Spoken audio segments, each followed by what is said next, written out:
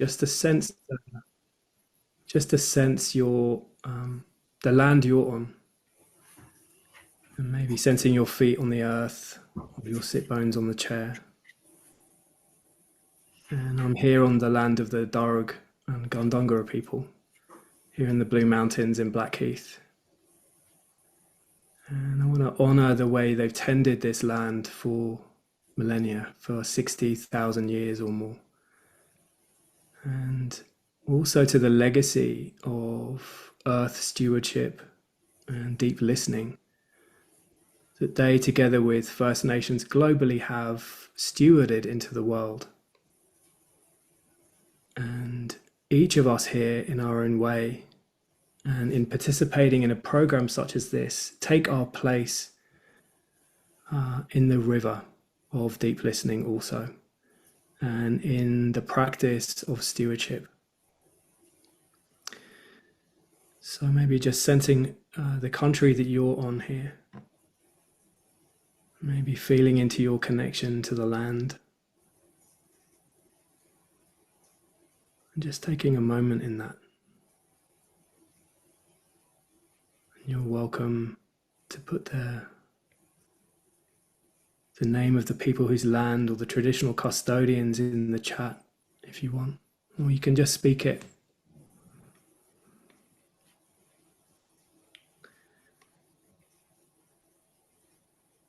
And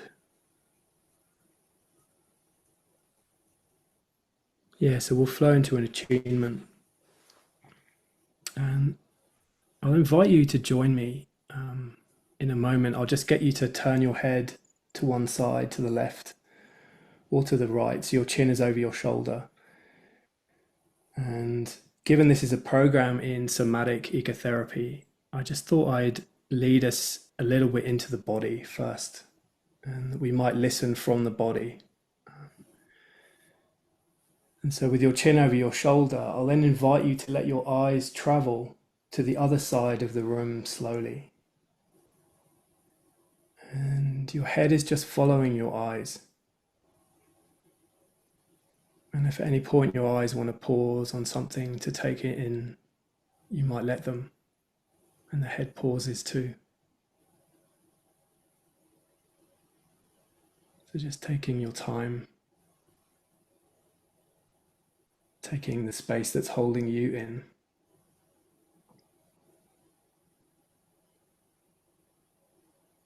And sensing your body as you do this.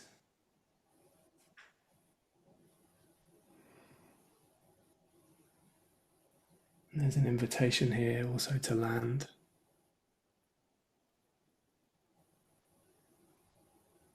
Maybe an invitation into slowness.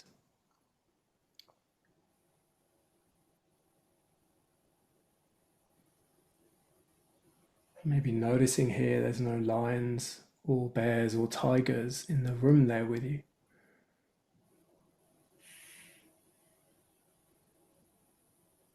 So just slowly taking your time to sense the space.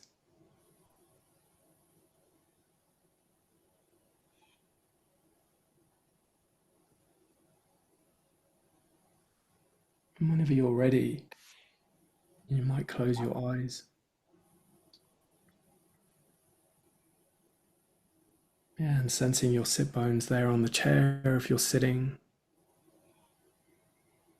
or your feet on the earth.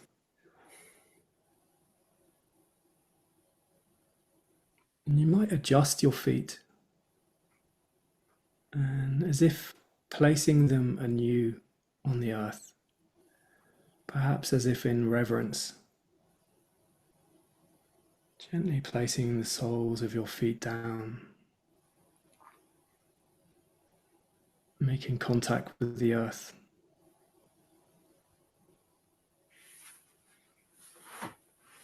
And just sensing the contact, perhaps the pressure in the soles of your feet.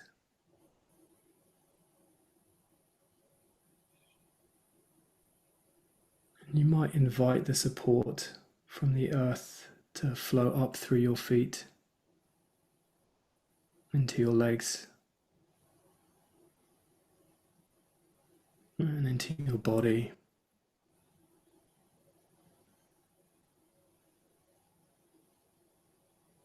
And just sensing the body when you invite the earth to support you in that way.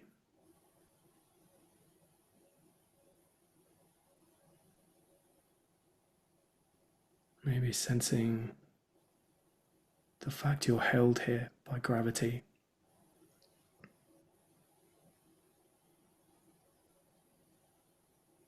Supported by the earth.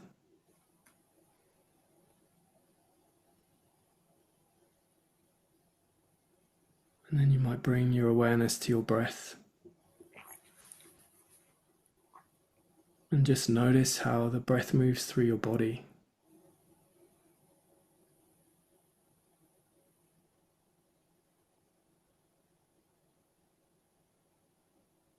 Maybe noticing the rise and fall of your chest and belly as you breathe.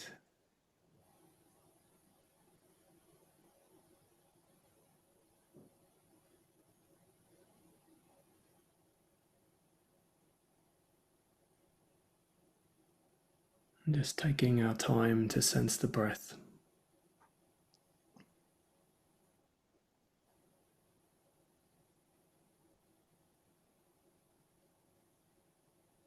Maybe sensing the support also here in the breath. Or the sense of being carried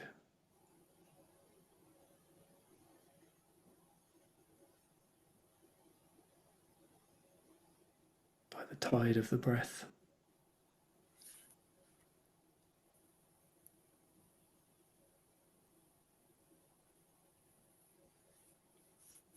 And you might sense here if there's anything clamoring for your attention right now. Maybe something that might be in the way of fully landing or arriving this evening. And you might just say hello to that.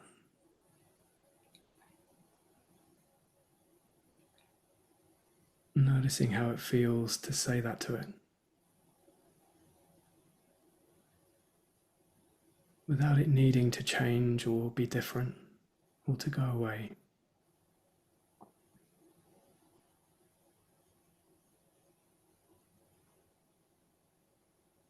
Maybe it's a thought or many thoughts or a feeling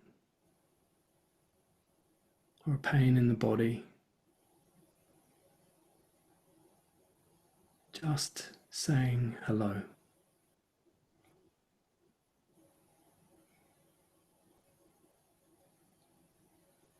To include it.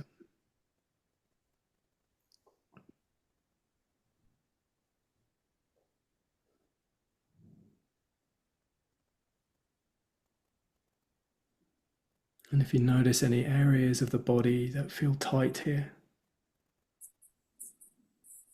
maybe just putting a gentle invitation into them to soften if they want to.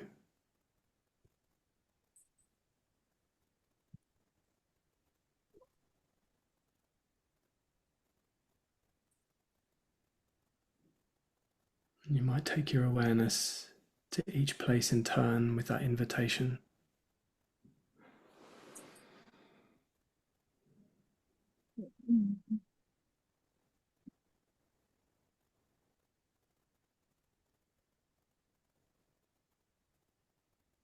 And then maybe getting a sense of the space of the body. Perhaps taking your awareness inside the body. The sense of space that's here.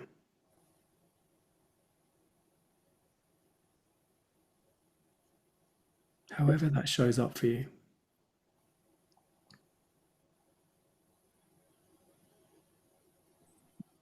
And then you might bring to mind your intention for showing up this evening, for coming to this talk. Just sensing into your intention this evening.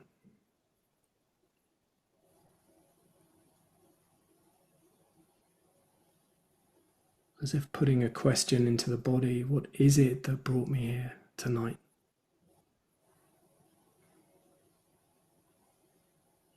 And then pausing, just letting whatever wants to come to arrive.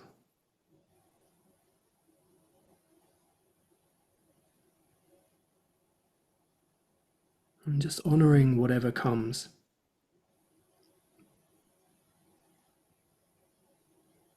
Perhaps a question or a longing or an unnamed feeling. Perhaps something not yet fully formed. Just honoring whatever comes, the sense of that.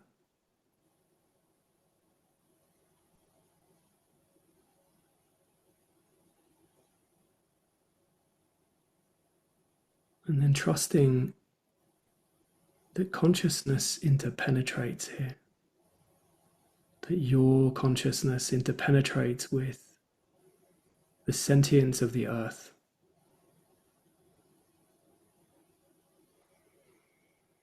Knowing that something of what came isn't purely your own,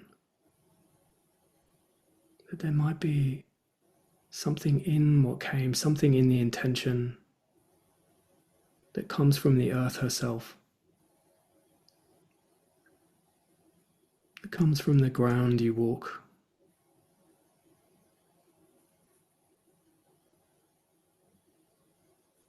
Coming from the dreaming of the earth herself.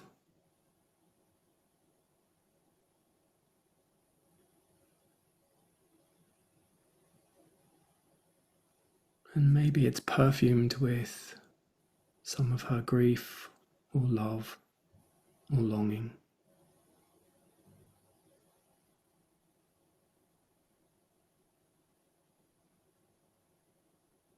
And whatever came, maybe sensing if you can harvest that as a gesture, a hand gesture, or a symbol or a word.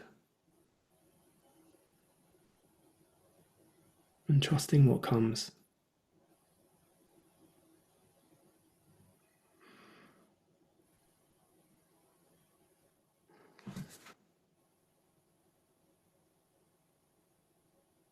And then maybe sensing if you would like to offer that back to the earth here, the gesture or the word or the symbol, offering it in your own way, as a way of saying to the earth, I hear you.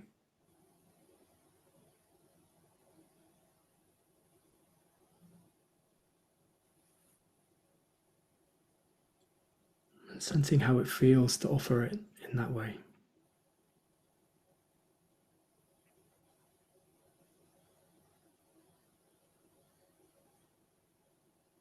Maybe sensing the heart.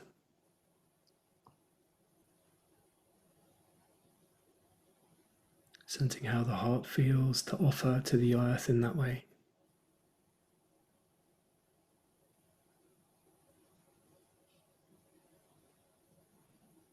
And perhaps there's something like gratitude there, or something else, and you can offer that too. Gratitude to this land that holds and nourishes.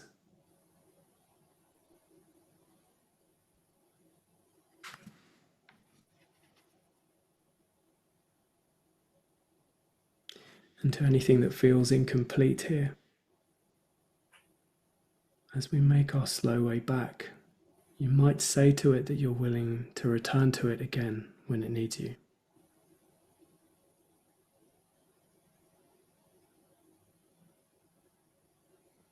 And then gently bringing awareness back to sit bones on the chair, or feet on the earth.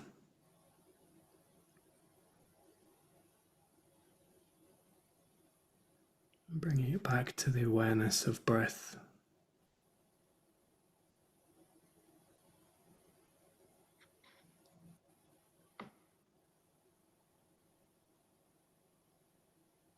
And then in your own time, you might gently open your eyes and just take your time in coming back.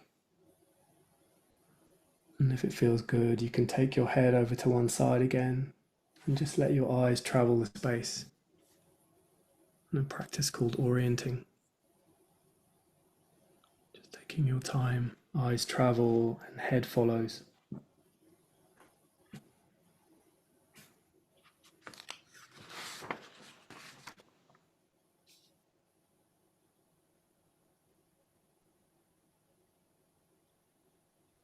Maybe slowly becoming aware of the others gathered here around the fire, around our council tonight.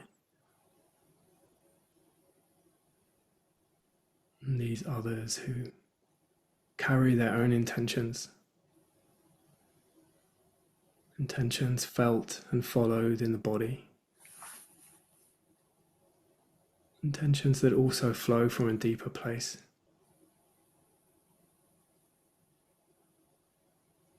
Maybe a sense here that each being is not separate from the earth.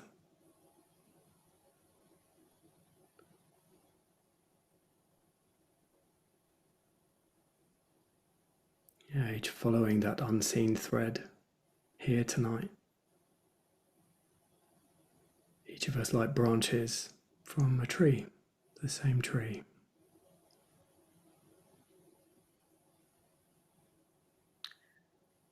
So welcome back if you're back, and if you're still coming back, take your time.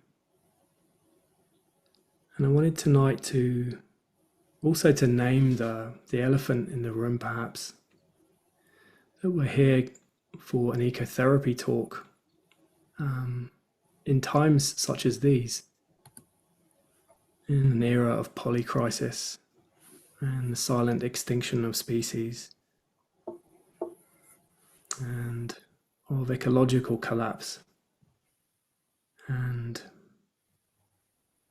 yeah, I wanted to honor the intentions that come in a time such as this, to honor your gathering here with me this evening. And perhaps this is also more than just an information talk, and we'll get into the nuts and bolts of the talk shortly. But maybe there's something in honoring our intention and our feeling that comes this evening, and that cast this evening as something of a ceremony. When we gather with feeling and intention in a circle, it has the quality of ceremony. And there's a ceremony where we get to consciously attune to what each of us is feeling in this circle, in this temenos. And the bounty of ceremony is that it opens space for healing also in its own way. And so just in showing up this evening, honoring intention and honoring the feeling that comes in the body, there's the possibility of healing in its own small way. When we turn towards and we rest awareness on what's here, there's an alchemical effect. Awareness is an alchemist. And that kind of space is rare in this time of rushing and white noise. And as Joanna Macy writes, when we honor our pain or our grief for the world, that there's scope also to precipitate a seeing with new eyes. When we consciously turn to what's inside of us, we new steps, and we can take these steps forward into our communities and into the world at large. And so what we're doing in this circle this evening also, in this attunement I led, is we're honoring some of the pain that the earth herself is feeling, or maybe the grief or the longing or the questions. And that all flows up through our dreaming, through the earth, through the soles of our feet, into our bodies, which, and we discuss this in the course, the way that our consciousness interpenetrates the collective unconscious, earth consciousness, cosmic consciousness. So the boundaries of self and other are porous. And there's a beautiful quote which I'll read from Francis Weller. what if the feelings we have when we pass through these zones of destruction are actually arising from the land itself? What if it's the grief of the forest registering in our bodies and psyches? The sorrow of the redwoods, voles, sorrel, ferns, owls, and deer. All those who lost their homes and lives as a result of this plunder of living beings. What if we are not separate from the world at all? And it is our spiritual responsibility to acknowledge these losses. And what if this is the anima mundi, the soul of the world weeping through us? And so, in honoring what's here inside each of us, John Seed also says that we're engaging in sacred activism. There's an activism of doing and stopping logging and things like that, stopping coal ports. And there's also the activism of really turning in and listening, deep listening, again in a culture of white noise. So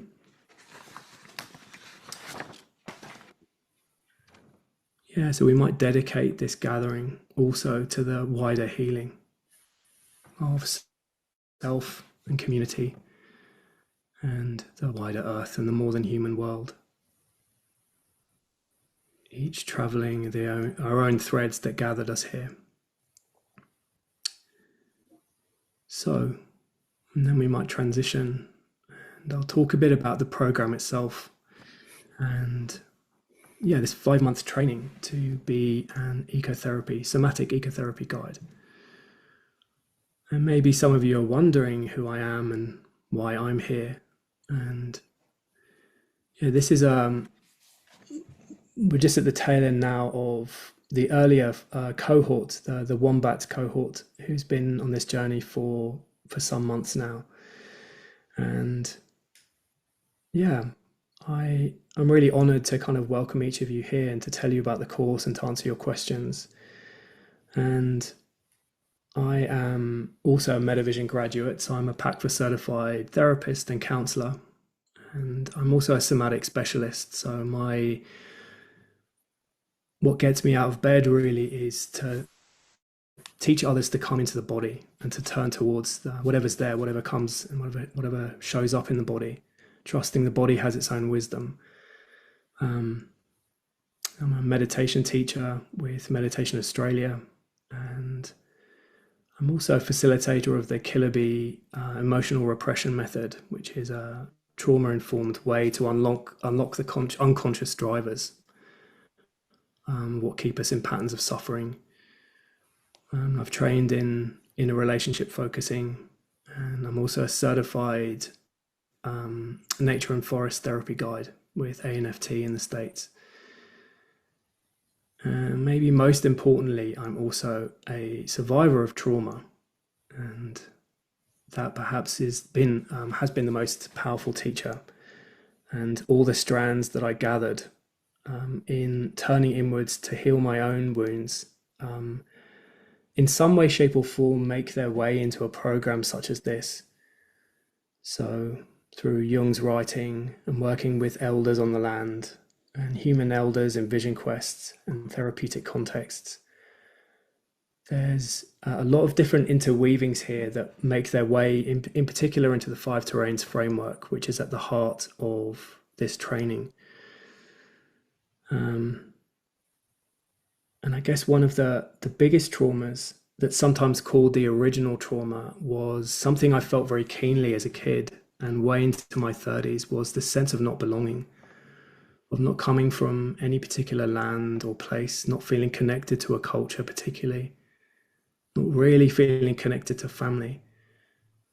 But the deep severance of connection to land is a vast trauma that many of us carry. And this program is a way of remembering, of finding our way back home, so that in the body, not just as an idea, but actually palpably in the body, this training is an invitation to remember, using a series of ceremonies and practices and sequences that really help us remember in the body, so that we enter into a kind of embodied conversation with the land. And again, it's one that's felt, and that brings a really deep sense of reality and a knowingness of belonging, which is medicine in these times of discombobulation and severance. So,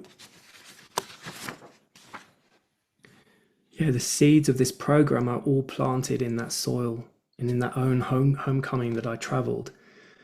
And there's a lot of respect and love for the many teachers I've trained with, many of whom appear in this training through their writing and their voices. So I want to pay my respects to them as well. And I'm going to share a presentation with you now, if I can. So this will talk about the nuts and bolts of the program. Just checking the time. Yeah, can you see that, Kate? Or someone could give me a shout. Yep, we can see it. Okay, thank you. So this cohort, if you choose to join, the last cohort was the wombats, and this would be the raven cohort. And yeah, it starts on July 31st and spans around 5 months to December 18th. And it's the Somatic Ecotherapy training program. So this is a professional development for those who are wanting the tools and the frameworks and the embodied knowing of how to guide others, including themselves on the land. So this is also, whilst this equips you to guide others, there's also the bounty of being able to embody all these practices for yourself. So this program is also alchemical in its own way, that lots of time is spent on the land. So I'm really inviting you on this program to take what you're learning onto the land itself and to really embody the tools. And so a journey of 4 key parts. What is somatic ecotherapy? Something of the energetic of this journey, what it's going to be like to join me weekly. The felt sense of the learning, which is the art of remembering. And then I'm going to talk to you a bit about the core training framework, which is the 5 terrains, and then a bit on the logistics, and then we'll have some Q&A time. So firstly, the key question, what is somatic ecotherapy? And unsurprisingly, it combines 2 incredibly powerful paradigms for healing and wholeness and belonging. And the first is somatic work. And on that journey, we spend a bit of time up front in the program, some weeks, coming gently into the body and learning inquiry tools that help us contact the felt sense in the body, which is the body's way of knowing. And so as eco guides, we can walk the embodied talk. We can show up on the land in an embodied way, and we can hold an embodied space for the people we guide. And for me, that's one of the key differences of this program to any other I've ever participated in, is the somatic lens. And there's so many beautiful programs out there, but often what's lacking is the sense of taking the learning and taking the conversation and taking the sensing into the body. And I'll show you in a moment some writing about how the feeling sense, the body's way of knowing, is so atrophied. And it's incumbent on all of us to remember how to come back into the body and to sense ourselves and the world and the more than human community through the body. So that's the somatic work. And then ecotherapy, as the name suggests, is working in partnership with nature as a healer, but also as a muse and a mirror to the depths and as the beloved. And there's a beautiful podcast recently from Llewellyn Vaughan Lee, the Sufi teacher, who says that nature is also, or the earth is also, a deity. So in doing this work, this is also a sacred ecotherapy. that we're opening people into a deep and embodied sense of the sacred on the land. So that's its own kind of remembering in an era where the earth is treated as a commodity to be mined infinitely for her finite resources. And I'm sure this is already clear, but this doesn't qualify you as a therapist, this training. But it trains you to guide others and hold space and create temenos where nature herself becomes the healer and the therapist and the medicine. And we take a look at the archetype of the guide and what that means and what it means to hold space in that way on this program for others. And it's different to therapist and it's different to healer. And it's also beautiful. And there are a lot of influences. And I'm just going to show this chart. I'm not going to go into each one, but massive respect to the many lineages that make their way into this framework and into this program. And really encourage you all to discover further with these different lineages as well as we go through the program. So there's so much richness.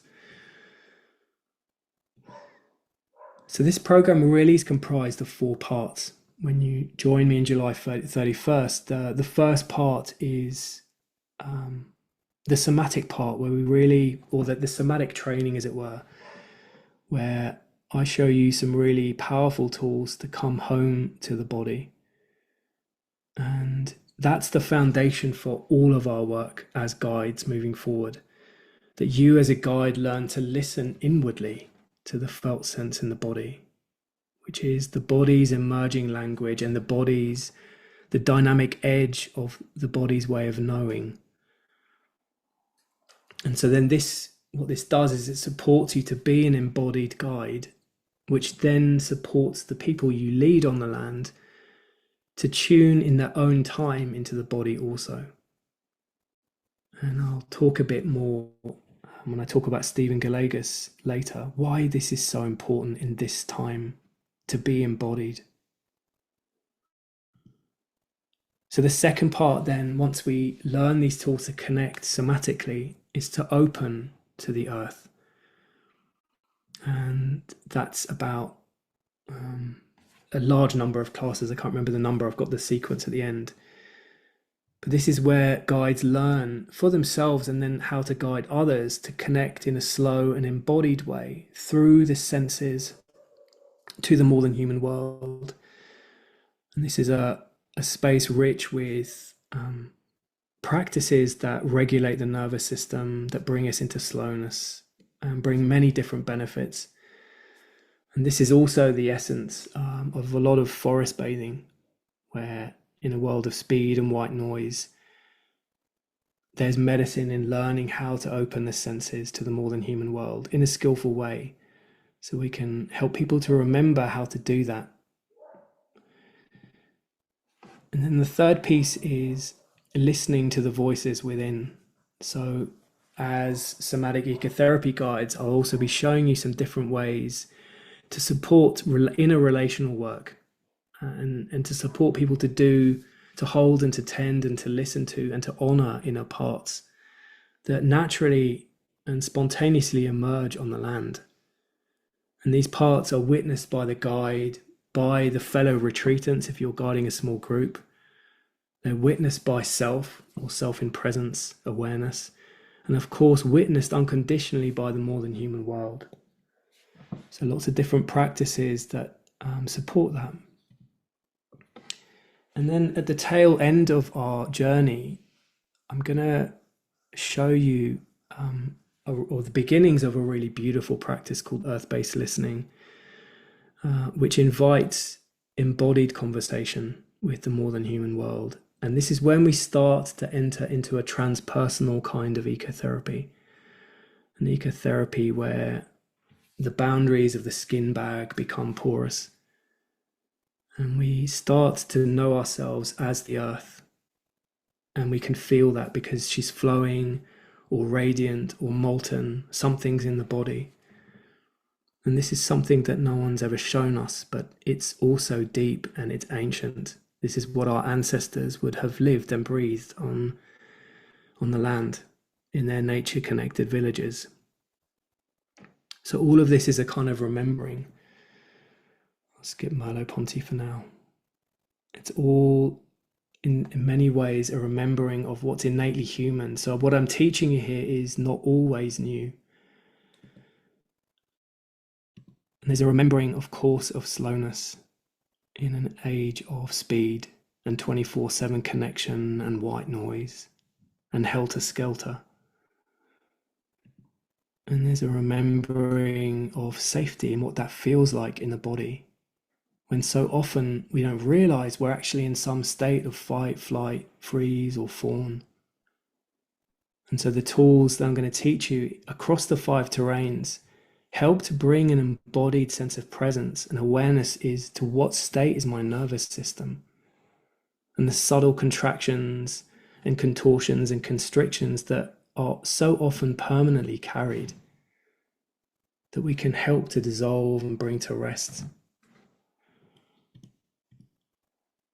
And there's remembering the body.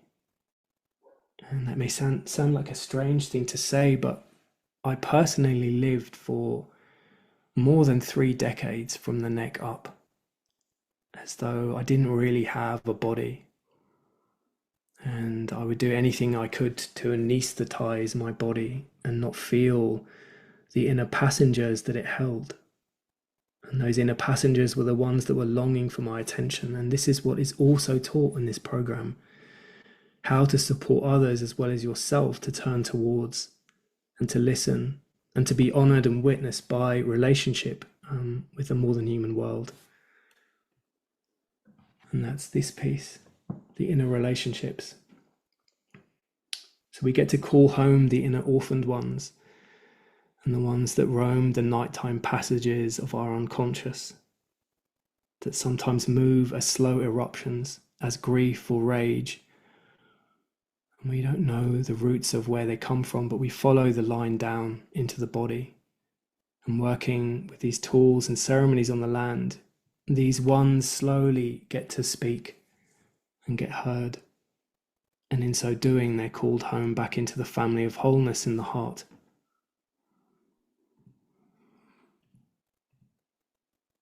And of course, remembering our deep belonging, inseparability actually to the animate earth. And here we're busting myths of the earth is insentient, the earth is a resource. And we get to court these wild ideas that the earth is her own being, with her own dreaming and her own longing.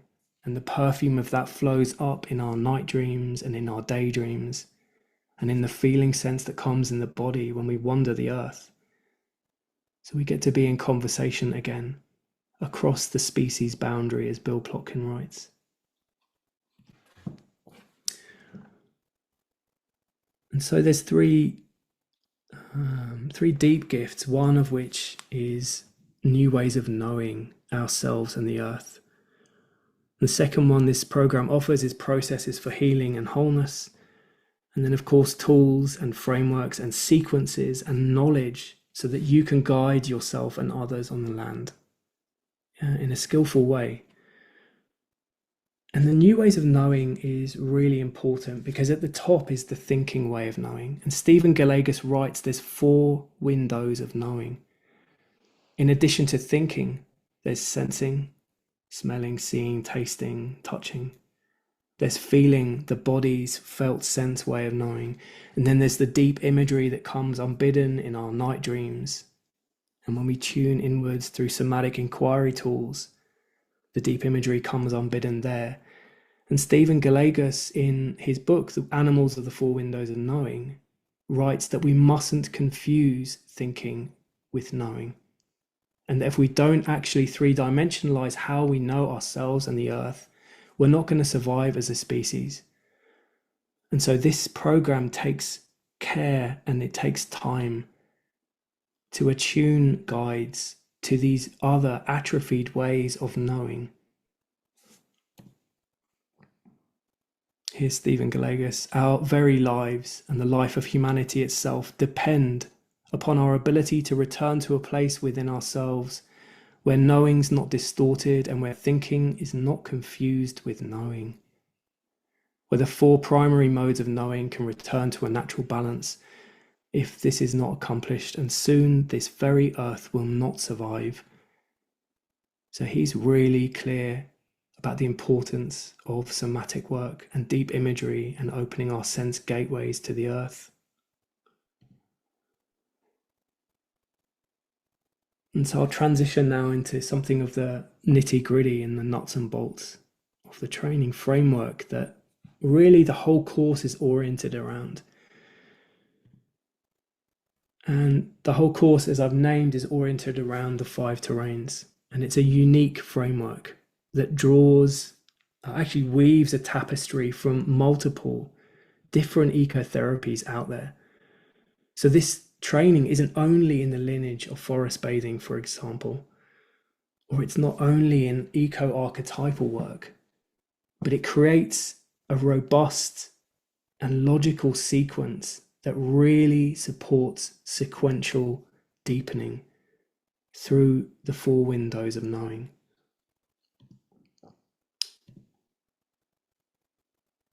Which is that point. So yeah, it draws on deep nature connection practices and forest bathing, or the Japanese art of Shinrin-yoku.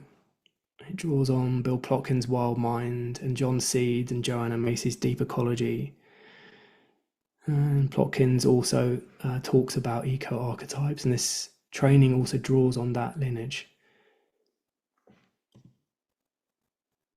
And what it does in the 5 terrains is it speaks sequentially to the different dimensions also of being. And it takes care to turn towards the inner aspect of our psyche. You know, the parts of us that feel wounded or angry or alone or unlovable. And those ones are also held in the body. So we're bridging the mind-body gap. And it treats the earth or soil as an aspect of our being. It doesn't treat it as separate.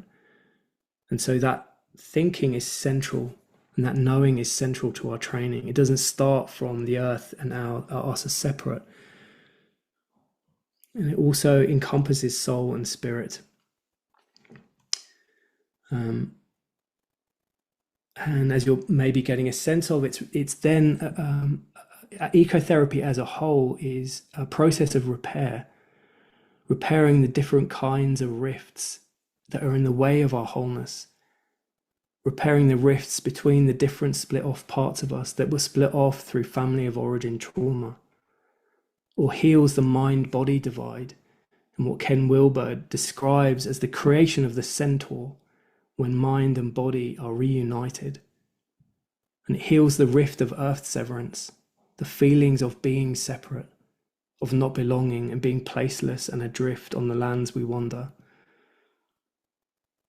And as a framework, as a sequence, it offers a reliable process that you can follow in guiding 1-hour walks or 2-hour walks or multi-day guided odysseys. And it's bringing those different windows of knowing in. So again, empowering your clients to come into the body and really makes your guiding more attuned through those 4 windows.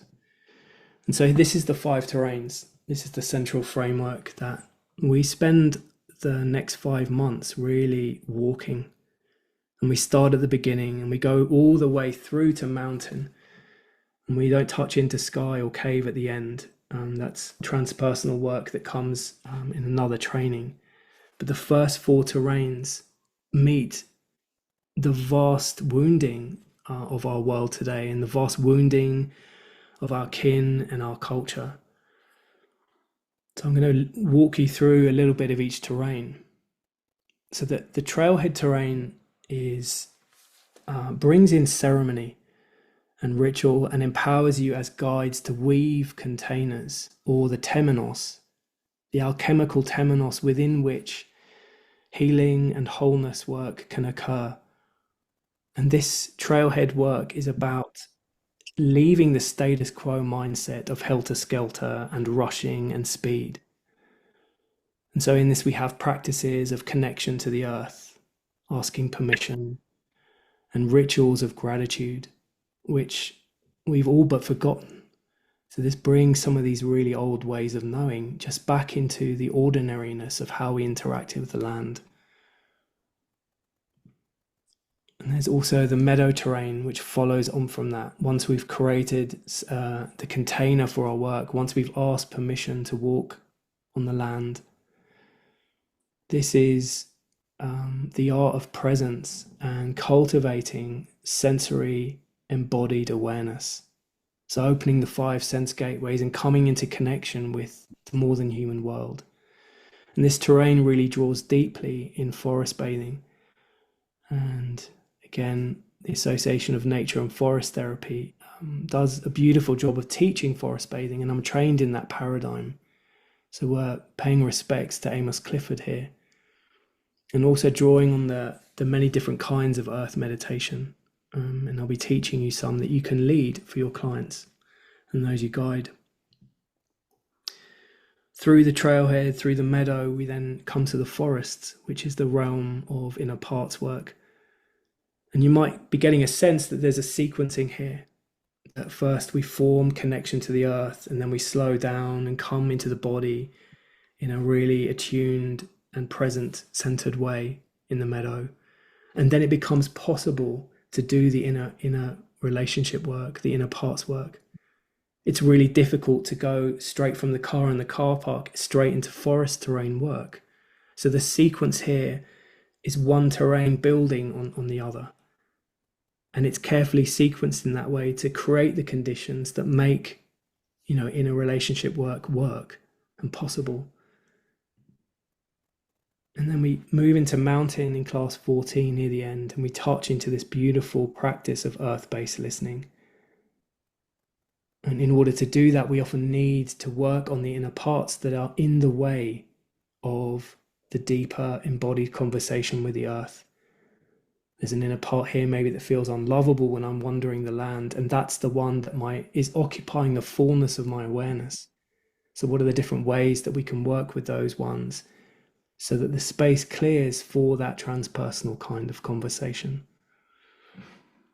And the 5th terrain is just here in completeness, but that's the work of soulcraft and the kind of the sacred work, which actually can naturally occur earlier, where in direct experience we start to have embodied an ontological sense of something more than us, something larger, something sacred arising in the body. So we do skip in and out of that terrain, but the first 4 really deals with the primary traumas and the primary severances and the primary wounding that your clients are going to show up with. So I think I've said some of this already, but just cherry picking some different pieces. In Trailhead, part of the learning there as guides is how to hold counsel, how to witness people, and how to mirror or reflect. So we explore different ways of doing that, and also doing it in an embodied way. And that's of course about weaving container and temenos and the ceremonies of connection to the land I've named. And in Meadow, at the end of this program, you can lead a forest bathing session. And there's been a recent article, I think it was in the Australian, about one of my dear colleagues, Christy Liddell, who's also a forest bathing guide. And so you'll have the skills to lead people in forest bathing. And we look at Jen Lin's practice of space clearing, ways of almost emptying the mind so that we can drop more deeply into the body. We look at sit spot and the power of different sensory nature meditations to slow down and come into being, come into the now. Forest, I'm just looking at time, so that's why I'm skipping. Forest, the inner relationship parts work, where we look and work with nature as a mirror, and how we create a temenos for that kind of mirroring that becomes meaningful, and empowering the people we lead for them to be in the mirroring and to see what comes when they're mirrored in that way. And of course, in a parenting work or in a relationship work always involves the quiet holding of reparenting of these inner ones that were split off. And we touch into Bill Plotkin's archetypes work in Wild Mind, which is very powerful. And we can easily create a whole weekend intensive on archetypes work. So there's lots of different spin-offs that you can guide from this framework. And the mountain and belonging, again, the embodied conversations with the work, with the world. We touch a bit into eco-grief, of course, which is rampant and a wound in itself. And we look at how creation of temenos can really create sacred space for deep listening and grieving and transmuting of grief. And of course, the earth-based listening is in that terrain also. And tapping into a felt, palpable sense of earth sentience through the body. So then on to logistics, and 4 different parts, essentially, or 4 different paradigms. The first part is the coming home to the body in classes 1 to 4, where we learn somatic inquiry tools, connecting to the felt sense in the body. Part 2 is then opening to the earth, rituals of connection in the trailhead and the meadow, and the slow embodied sensing, classes 5 to 10. And then the latter end is the listening in a parts work. And then in class 14, we touch into earth-based listening and that kind of transpersonal conversation with the more than human world. And it's structured over 5 months, the training, from July to December, and is 17 classes, each of which are 2.5 hours. And they're essentially weekly, although we've got about 4 weeks interspersed of breaks, and those breaks are time for taking practice onto the land, in addition to any weekends or evenings you have. And taking things onto the land can be just a 30-minute walk or a 15-minute walk. It doesn't have to be, a day-long voyage. We just do what we can in amongst the rest of life. In addition to the classes, I'll guide you on 3 remotely guided ecotherapy walks. So you'll just sit in wild nature as I will be sitting in wild nature, and I'll give you 3 experiences of a guided somatic ecotherapy walk, each one scaffolded around different learnings on the course. And then nearing the end, you'll get, as a cohort, to guide each other in a remotely guided walk. And after a certain length of time in the course, you'll also be asked to guide 3 practice walks with friends or family. And you'll be asked to report on those walks in a templated form. And you'll get feedback from me on those walks. And that part of that kind of reporting and feedback process includes a couple of Q&A sessions where you debrief with the supportive group of the cohort 2 of your walks, and we get to talk about your experiences. What would you do next time differently? What would I have done? We can learn from each other. And midway, there's a 4-day nature retreat also on the land, and that's dependent on numbers. It is optional, but it's a beautiful way for us to gather on the land together, to hold counsel, and to be in deep listening together, and to really start to embody those practices further in a kind of a deeper container of 4 days. So that's the logistics, the 4-day nature retreat. I think I've covered these things. And so ultimately, this training is really aimed at people who are wanting to guide, of course, and to guide clients or friends or family. And so it might be you're a therapist or a coach or a professional human development guide or something like that. Or maybe you're none of those, but you're really feeling the call. You're wanting the tools and the frameworks and the know-how. And you're also wanting to learn these tools and embody them for yourself. Because first and foremost, we have to live and breathe the tools before we can offer them. So that's why so much emphasis is on practice. And that's why there's not so much reading and academic texts and stuff in this course. It's really practical. It's a field work kind of course. And you can do many different things with this kind of training. One-on-one work or small group work. You can do corporate work. You can take this into hospitals or cancer wards. You can do a 1 hour session in a car park. If there's a tree, you can do a forest bathing for 1 hour with a time poor exec. You can run corporate burnout days, or you can create seasonal circles. You can almost bring this kind of embodied way of being into anything you're doing currently. I also run a men's circle, and I take men out onto the land. And so I just brought my training in to what I was already doing. And if you aren't feeling the call to guide, but want to do this work just on your own, and you don't need all the tools for holding circle for others, there is going to be another 6-month personal development training, and you can reach out to us to find more about that. So yeah, that's the end. And I'm really, honoring each of you for showing up, and invite you to join us in July for the 5-month training. So I'll pause and stop. Yeah, and there's a bit of time. I can also, actually, there's no time, but I can stay on. I'm happy to stay on if there's any questions, and happy to answer them. And if you need to go, then feel free to drop off.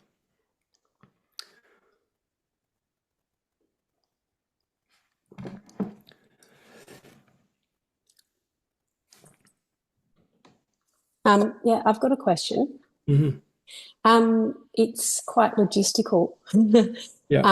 About if you have any idea of dates for the 4-day. It's all, we're 99% locking in the dates. So by Monday or end of Monday, Tuesday, it's all going to be up online. So there's just a few tweaks that Kate and I are making, and you'll have those dates really soon. Okay. Yeah. Great. Yeah. So Kate, I think actually Kate might send out a mail once the website's updated, or I'm not sure. Yep. Me and Rob are going to make decisions on Monday, and then I'll send out an email to everybody letting them know with the link. Yeah, cool. Right. Thanks, Erica. Thank you. Yeah.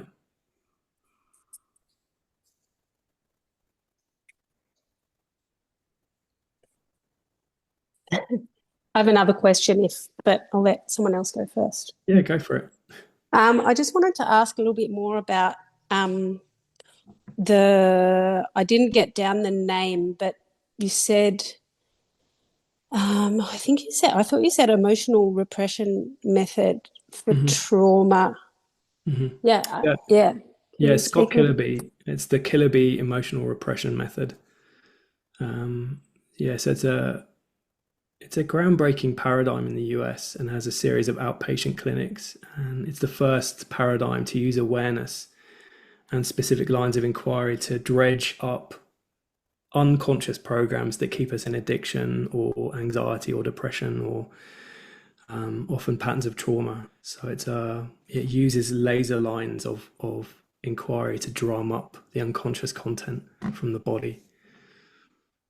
Scott Killerby, Kiloby. Okay. What do you mean by laser lines? It's kind of like hovering worm food over the earth, and it's using specific tools to bring up programs or deficiency stories, or actually our repressed emotions, but it needs specific lines of inquiry to bring them out of the unconscious, because they're actively repressed. Yeah. So thanks, Shay. Thanks for coming.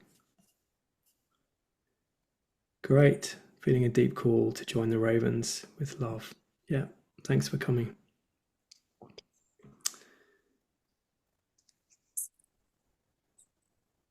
I'm just going to leave some space for any other questions.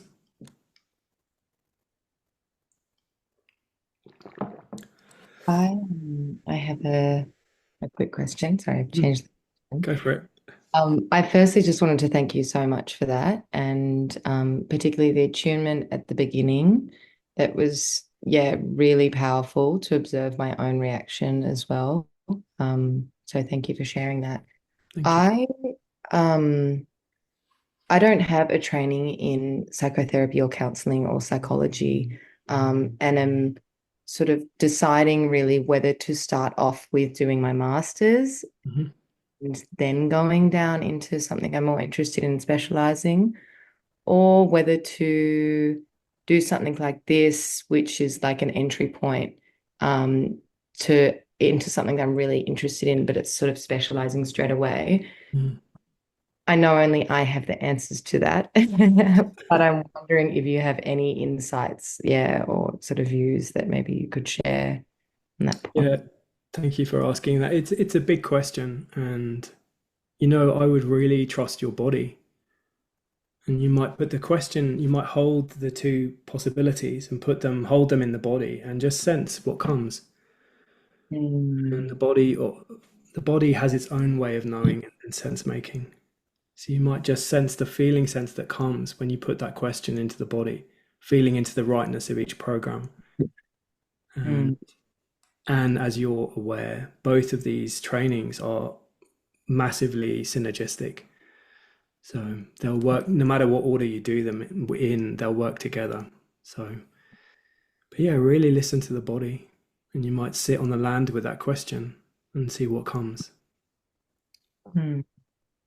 Thank you. Yeah, Mm. yeah, good luck. Thanks so much. Yeah, yeah, thank you. Soul Earth Rising. Yeah, thanks, Jane.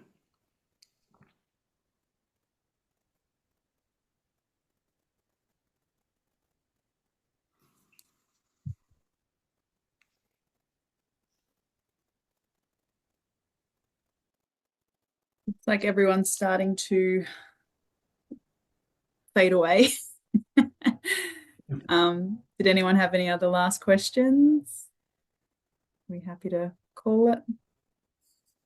No. Well, thank you so much. Oh, sorry. Who was that? Sorry, I was trying to get it to work at this end. That's why it was slow. No, that's fine, Ruth. Go for it.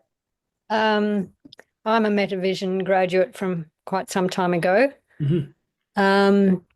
And following a professional career didn't work out. Mhm.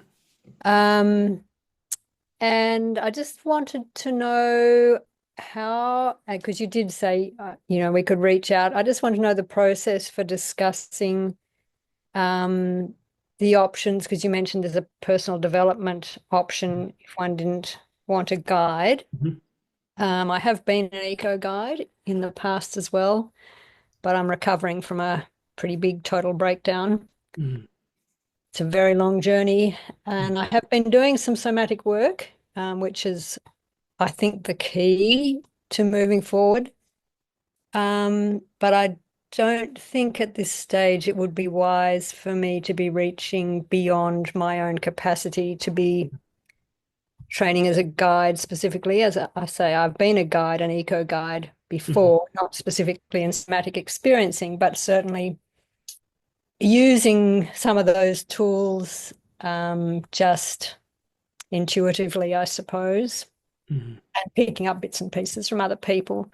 But I don't think the time's right to be taking on responsibility for others. I think I still have a lot of responsibility for myself and my connection with the earth, which has always been profound. So I just wanted to know, and this is probably not the space, but how do I further that discussion, either with Metavision or yourself, Rob?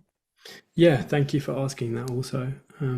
And once the details of this one are ironed out, then I'm going to turn my attention to the personal development program, actually, which flowed quite significantly through the previous Wombats cohort. So yeah, I will be in touch essentially. But if you can give Kate a nudge, and or you can reach out to me directly also. I'm hello@wildreverence.com.au, and you can also reach out to me and just CC Kate. So, but yeah, I'm happy to share the details of that. And the intention would be to run that program also later in the year. I'll be in the US June, July, and then I'm back. So I'm just looking at timings. Okay, so it'd be this year. I thought maybe it wouldn't be until like next year or something. Yeah, it depends. Yeah, so again, I just need to iron out some finer details. But yeah, happy to talk you through the thinking and the timings once they've emerged. Sure. Yep. Sure. Okay, I've got thanks, your Rob. details, Ruth, so I'll email you through mine and Rob's email address, and we can get a conversation going. That'd be awesome because I don't have a pen, so I think No. I've probably already forgotten what said No, beyond that's okay. hello at. I've got yours from your registration, so I will reach out to you tomorrow. Yeah, Okay, great. Thanks, awesome. Kate. Thank you. Thanks, Ruth. Are there any other questions? Hi. Yeah, I have a bit of a question. I can't seem to get my video to work. Sorry about that. That's That's okay. okay. Um, but I guess I'm just wondering, as a course that is so intrinsically nature-based, like it's based about being on the land and out in nature, how do you go with it being like a online based modality, like in its delivery? Like that seems a bit counterintuitive to me. So if you can maybe give some insight as to how that works effectively, and you kind of tie those two things together to build that bridge, to really guide and help us learn what it is you're trying to bring to the table, I would really love some insight on that. Yeah, beautiful. Thank you for asking that. It's a really good question, and seemingly a paradoxical kind of juxtaposition of online and connecting to the earth. And somehow it does work. And yeah, the classes are really carefully sequenced, and the invitations, the homework practices are carefully sequenced to get you onto the land as much as possible. And so the classes are really downloads of frameworks and theory. And then a lot of this is really with clear guidance, inviting you to take the practice onto the land and to be in it as much as possible. And what tends to happen also as you start to guide others, there's something about teaching which galvanizes an understanding. And your understanding and your teaching and your embodiment all kind of infuses. And there is, of course, the 4-day nature retreat midway. So there's the 3 practice sessions you guide personally. There's the 3 in-person, or sorry, the Zoom ones I guide, where you're in your own wilderness, somewhere local or a park. So you get that kind of nature time as well. So it is a hybrid more than purely online. And if you're able to make the nature retreat midway, then that's really fruitful also. But it's, yeah, for me, even when I started doing therapy online, I was skeptical about its power, because this is a interpersonal relational practice, but somehow it works. And if you take your stuff onto the land, then there's real richness in that. So that's the answer I have for you at the moment. I'm wondering if that left anything out for you. I mean, you seem pretty confident. I mean, you're the one that has the experience with delivering this course, so Yeah. I'll take your word for it. I guess I'm very much a practical person. I love being out on the land and Great. learning with the land and through the land. So my takeaway from what you just said is essentially, if I do the work / homework, then I kind of get the results that I'm seeking. Yeah. Yeah. It's a practical, field-based learning. Yeah. So it's taking as much time. And for example, from the beginning, I launch a sit spot. So every day I'm encouraging you to be on the land. Yeah. And in addition to any of the other practices and tools that you're learning. And I did my training as a nature and forest therapy guide online. So I also know it does work. So the trainings with ANFT in the States, and everyone else was, in Colorado, etc. And I was there in Sydney. And yeah, it works. You just have to get out there on the land. So Yeah. that's All the right. plan. Well, I like the challenge of self-motivated learning. Yeah. Thanks and for asking that experiences. also. Yeah, no worries. Thanks for Yeah. answering. Yeah. Cool. Just checking in with you, Susanna, if there's anything you wanted to ask before we. Yeah. Okay. All good. Yeah. So we might leave it there. And I'm wishing you a beautiful evening. And yeah, reach out to Kate or me, and with any other questions that percolate. And similar to anyone online who's watching, feel free to reach out to us and ask questions. And we're happy to come back to you. So Absolutely. Thank you so much, Rob. Thank you, everybody, for giving Thanks, up your everyone. evening to listen. We appreciate that. And as Rob said, if anyone has any questions, please reach out. I'd be happy to help or pass you over to Rob if it's something I can't answer. Yeah, and thanks Right, for I'll let, hosting, Kate. yeah, Yeah. no problems. I'll let you Yeah. all get on with your evening. Thank All right, you. see you, everyone. Cheers, guys. Thank you.